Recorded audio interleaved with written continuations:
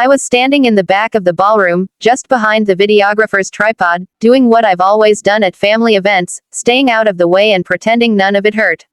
When my father picked up the microphone for his speech, I had this ridiculous, fragile hope that maybe, just this once, he'd remember he had 2 daughters.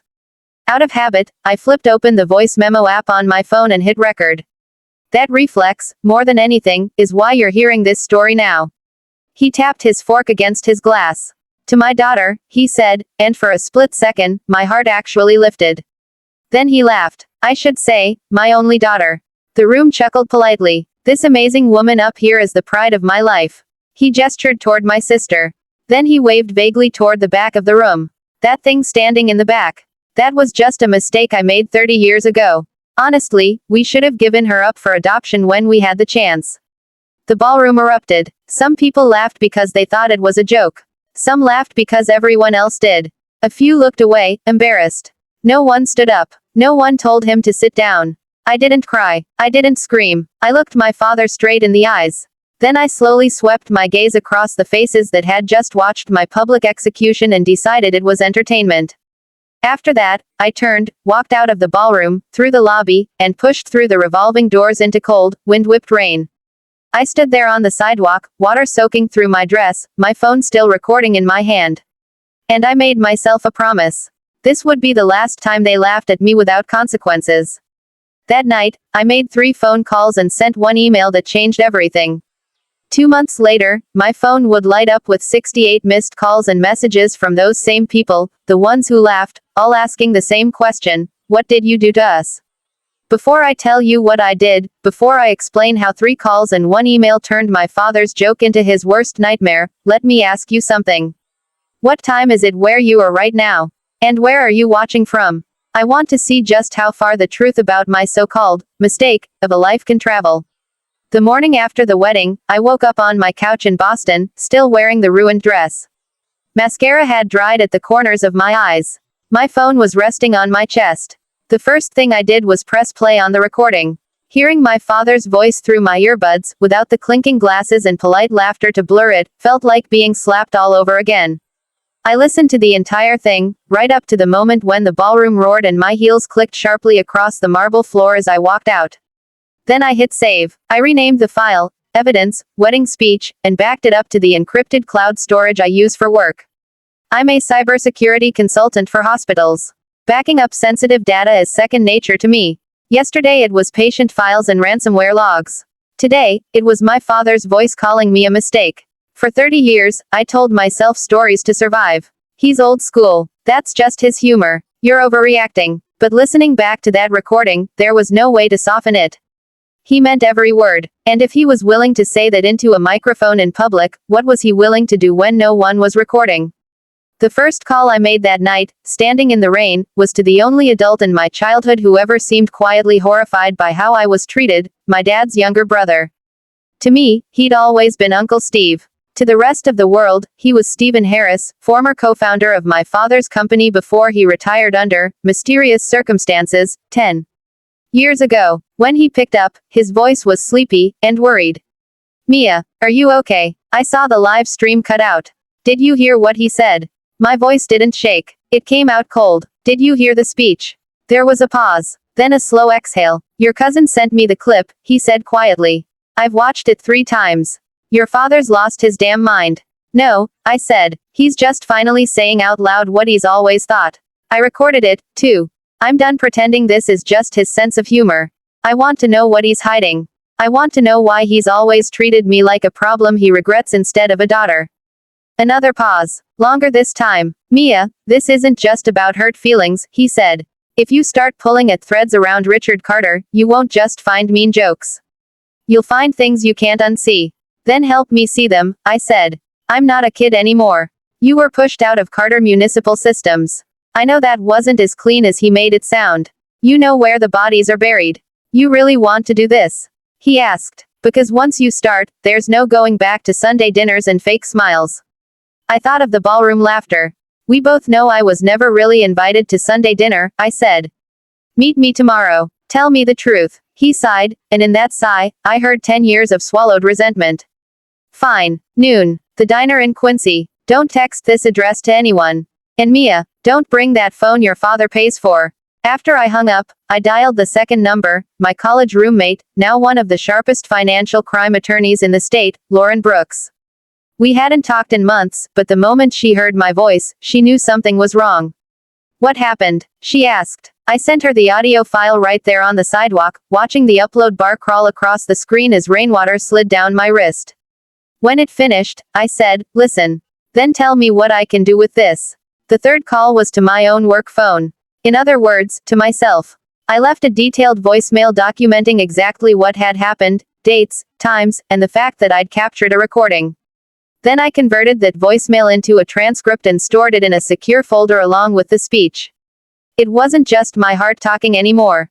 It was evidence. The email I sent was to a generic, boring-looking address, integrity@massprocurement.gov, the anonymous tip line for the state procurement office.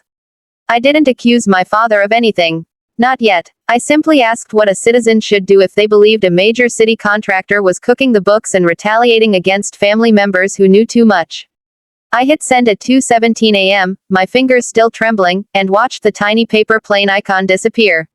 The next day, at the diner, Uncle Steve slid into the booth across from me. His eyes were red. His hands were wrapped around his coffee like he needed it to stop shaking. For the first time in my life, he looked afraid of my father. You really want to know why he treats you like that? He asked without preamble. Because you're the one thing he can't control. You chose cybersecurity instead of joining his empire. You refused to sign his standard family agreement when you graduated. And he's been moving money and contracts into your sister's name for years to punish you for that. He pulled a folded packet of old emails and board minutes from his jacket. He cut me out because I told him what he was doing was illegal, fraud, kickbacks on public works projects, false safety reports. All of it would blow up if someone with your skills and my receipts started digging. I stared at the papers, everything inside me going very, very still. So let's dig, I said. If he insists I may. Mistake, I'm going to be the kind of mistake that ruins his perfect little world. If you were in my place, humiliated on camera by your own father, then handed the first proof that he might be a criminal, would you walk away to protect family? Or would you start pulling every thread you could find? Lauren didn't waste time. By the afternoon after the diner meeting, we were sitting in a cramped conference room at her firm, the kind with no windows and a humming fluorescent light that makes everything feel serious. I'd already scanned Uncle Steve's documents and sent them through a secure portal. She'd read them twice before I even arrived. Okay, she said, tapping the stack with her pen. Your father, Richard Carter, runs Carter Municipal Systems. They've had public contracts with the city for 15 years, traffic lights, smart intersections, parking systems. These minutes show he pushed his own brother out right before the company landed their biggest deal. This, she held up a photocopied email, is a threat. Sign the separation agreement and keep your mouth shut about billing practices, or you'll never work in this town again. He wasn't kidding, Uncle Steve muttered. I've been blacklisted from city contracts ever since. My stomach twisted. I'd grown up hearing my father talk about providing for the family, about late nights spent saving the city money. Now those stories tasted like ash. Lauren looked at me. You work in cybersecurity for hospitals. You understand logs, metadata, network traffic. If your uncle's right, and your father is double billing or falsifying safety reports, there will be digital footprints everywhere. Email servers, PDF drafts, version histories. She leaned forward. But we do this by the book. No illegal hacking. We use what you can get legitimately, family access, public records, what your uncle already has. Understood. I nodded. Understood. I lied. Just a little. We started with public records. After work, I combed through city procurement databases, downloading every contract Carter Municipal Systems had won over the past decade. I cross-referenced project timelines with news stories about unexplained delays, outages, and one that made my blood run cold, a pedestrian death at an intersection where the new smart lights had malfunctioned. At the same time, Uncle Steve requested his personnel file an old board correspondence, citing whistleblower protections. Some documents came back heavily redacted, but Lauren knew exactly which black bars meant someone was hiding something they shouldn't. At her urging, I filed a formal public records request for all safety inspections involving Carter Municipal Systems. Weeks passed. My days were filled with hospital security audits and phishing training sessions. My nights were filled with spreadsheets and PDFs, highlighters scattered across my kitchen table. Slowly, a pattern emerged. Change orders signed on Fridays at 4:55 p.m., doubling project costs without clear justification. Invoices for consulting services paid to shell companies with no websites, all registered to a P.O. box near my father's office. Notes from city engineers about pressure from the vendor to sign off quickly. Every time I connected a dot, I heard his voice again. That thing in the back. Just a mistake. One afternoon, I opened a spreadsheet detailing company share distribution. That's when the favoritism stopped being emotional and became financial. 5 years ago, my sister Hannah had been gifted a 25% stake in Carter Municipal Systems, in recognition of her contributions to marketing and strategy. My name wasn't anywhere. There was, however, a familiar signature on a line labeled, Waiver of Future Claims to Family Assets. Mine. Dated the week I graduated college. I remembered the document now. He'd called it a standard form to simplify estate planning and shoved it in front of me during a noisy graduation dinner. I'd signed it without reading, too overwhelmed and too eager to avoid a fight. My hands clenched around the printout until the paper crumpled. That night, I sent Lauren everything. He manipulated you into signing away your rights so he could funnel assets to your sister, she said over the phone. It's disgusting. And it may be leverage, especially if we can show a pattern of coercion and retaliation. Retaliation like humiliating me publicly so I never challenge him, I said. Exactly. We built a timeline, my graduation, the waiver, Uncle Steve's forced exit, the massive city contract, the malfunctioning lights, the wedding speech. The line from family joke to weapon became painfully clear. 2 weeks into our deep dive, I received an email from the Procurement Integrity Office. This time, it wasn't an automated response. It was from a real compliance officer, Mark Dalton, asking if I'd be willing to speak confidentially about potential irregularities involving Carter Municipal Systems. I stared at the screen for a long time. This was the moment when my private humiliation collided with actual law. I forwarded the email to Lauren. She called within minutes. If you talk to them, Mia, this stops being just a revenge fantasy. It becomes a whistleblower case. Are you ready for subpoenas? Hearings. For your family knowing it was you. I thought about my father raising his glass. The room erupting. My mother looking away. My sister laughing so she wouldn't ruin the wedding vibe. He decided to make me the villain in his story a long time ago, I said quietly. If I'm going to be the villain, I might as well be the one who tells the truth. I agreed to the meeting. We scheduled it 3 weeks out so Lauren could prepare. During those 3 weeks, the atmosphere in my parents' house, where I still technically rented the small attic apartment, shifted from chilly to paranoid. My father started locking his home office. My mother jumped every time the landline rang. Conversations died the second I entered the kitchen. They knew I was up to something. They didn't know what, but they were about to. If you discovered your family's money, and your own erasure, were built on lies and rigged paperwork, would you keep the peace? Or would you risk blowing everything up to drag the truth into the light? There's one thing cybersecurity teaches you: people are careless with passwords. My father was no exception. Years ago, when I helped him set up his first smartphone, he insisted on using the same simple password he'd always used. I begged him to change it. He refused. No one's interested in some old man's emails, he scoffed. He wasn't my client, so I let it go. Now, sitting in my attic apartment with my laptop casting a pale glow across the room and the wedding recording playing softly in my headphones, I opened a private browser window and typed in the webmail address for Carter Municipal Systems. I hesitated. Lauren's warning about staying by the book echoed in my head. Then I remembered the waiver I'd signed at 22. The way he weaponized my trust. He'd never followed rules when it came to controlling me. Why was I still playing nice? I entered his corporate email address and the old, lazy password. The inbox loaded. Hundreds of messages, contract negotiations, forwarded jokes, staff memos praising my brilliant daughter Hannah for a presentation. Nothing about his mistake of a daughter.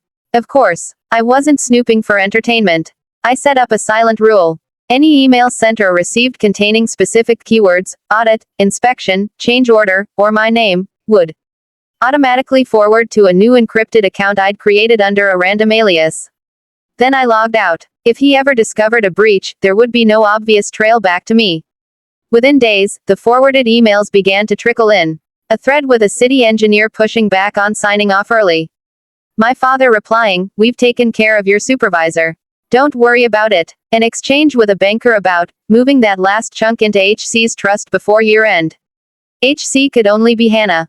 And then, one Thursday, an email appeared with a subject line that made my stomach drop: family dinner, Saturday. It wasn't sent to me.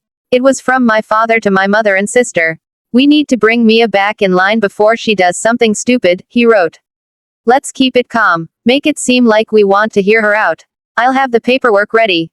My mother replied, "Are you sure this will work?" My sister wrote, "It's my first weekend back from the honeymoon, Dad. Can we not make this a war?" My father responded, "It's already a war. She just doesn't know the rules. Saturday, 7 p.m. That restaurant she likes. She'll come if you invite her." I didn't know what paperwork he meant. But I knew I wasn't walking into an ambush unprepared. When my mother knocked on my attic door that night and, in her careful, brittle voice, asked if I'd like to have a nice family dinner to clear the air, I smiled. "Sure," I said. "I'd love that." On Saturday, I arrived at the restaurant 10 minutes early. In my purse was a small USB drive and a printed transcript of the wedding speech, folded neatly in half. The hostess led me to a private room in the back. My parents and my sister were already seated. 3 pairs of eyes turned toward me: guilt, irritation, fear. "Mia," my father said, standing just enough to look polite. "You look presentable. You look exactly like a man who shouldn't reuse passwords," I thought. But I simply took my seat. After a few minutes of strained small talk, he slid a manila envelope across the table. "I asked you here because I'm worried about you," he said, using his concerned father voice. "You've been emotional since the wedding. Saying things to extended family that could hurt our reputation. I'd like us to move forward." Inside the envelope was a non-disclosure agreement. A vicious one. It stated that I would never, under any circumstances, speak negatively about him, his company, or internal family business, with penalties severe enough to ruin me financially. In exchange, he was offering a check for an insulting amount of money and a temporary reduction in rent for the attic. He wanted to buy my silence. Cheap. "So let me get this straight," I said calmly. "You humiliate me in public. You call me a mistake into a microphone. And your solution is that I sign a legal document promising never to talk about it." He shifted in his chair. "It was a joke," he said. "People knew I didn't mean it. You're making a big deal out of nothing." "Really?" I pulled the folded transcript from my purse and slid it across the table. "Because this is word for word what you said. My phone recorded it. So did the videographer. I've backed it up 6 different ways. And I've already shared it with an attorney and a state procurement officer who both believe it shows a pattern of psychological abuse and retaliation." My mother inhaled sharply. My sister stared at me like she was seeing a stranger. My father's face flushed from pink to a deep, dangerous red. "You what?" he asked. I didn't flinch. "You've been moving assets into Hannah's name. Cutting out your brother. Strong-arming city officials. Using my existence as a punchline. You made 3 mistakes, Dad. First, you underestimated how much I pay attention. Second, you assumed I'd never fight back. And third, I placed the USB drive gently on the table. You left a trail." He didn't touch it. "What's on that?" he asked tightly. "Enough," I said. "Enough emails. Enough contracts. Enough side agreements. Enough to make some very serious people very interested in how Carter Municipal Systems does business." The room fell silent, the muted hum of the restaurant seeping in from outside. Finally, my sister spoke, her voice thin. "You're going to destroy us," she whispered. "You're going to destroy everything he built." I looked at her, really looked at her. "He already destroyed me," I said softly. "I'm just done pretending I deserve it." I stood up, leaving the NDA untouched on the table. "You invited me.